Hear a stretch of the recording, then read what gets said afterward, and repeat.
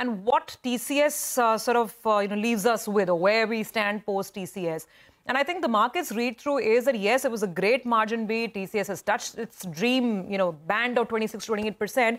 The commentary is not lighting up the charts. If you look at the year as a whole, then growth is still anemic. You're talking about low single digits. The company is saying FY25 is going to be better, but it's not quantifying just how much better, whether it'll be, in the first half, second half, back-ended, front-ended.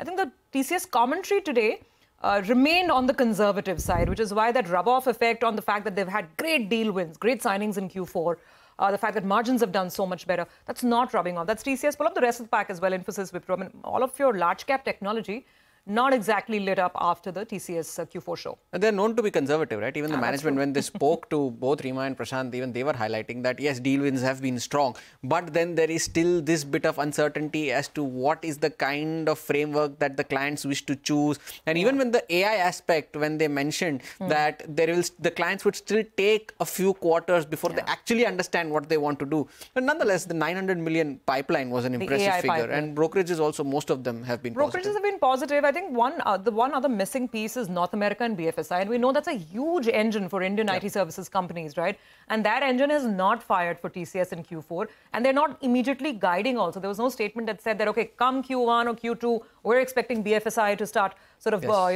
boosting higher once again. That was missing in the commentary. So North America and BFSI are a bit of the a missing piece of the puzzle. In fact, let's actually talk more about this, and who better than Reema to come in and give us more color on the numbers and, more importantly, the interpretation. What is the street's view after we have heard from TCS today? Reema, over to you. Thanks so much for that. So let me just quickly summarize the numbers. On the top line, the company's delivered a 1.1% revenue growth.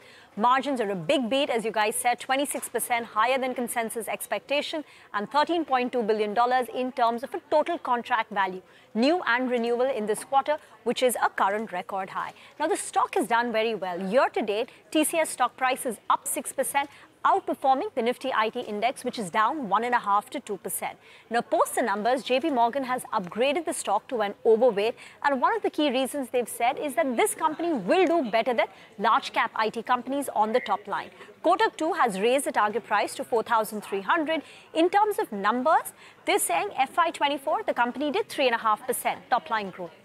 In FY25, that number goes up to 7.2% and 6.3% in FY26. So growth picks up. And one of the big drivers for TCS's growth picking up in the coming year is the large deal wins that they won. Whether it's Aviva, BSNL, JLR, all these will ramp up and contribute to growth in the coming year.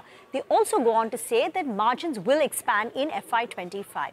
Morgan Stanley has lowered the top-line revenue growth forecast for next year to 5.8%, but margin estimates have gone up, and therefore there is an EPS upgrade. Goldman, UBS, HSBC are all bullish on TCS, and they've got a buy rating. Back to you.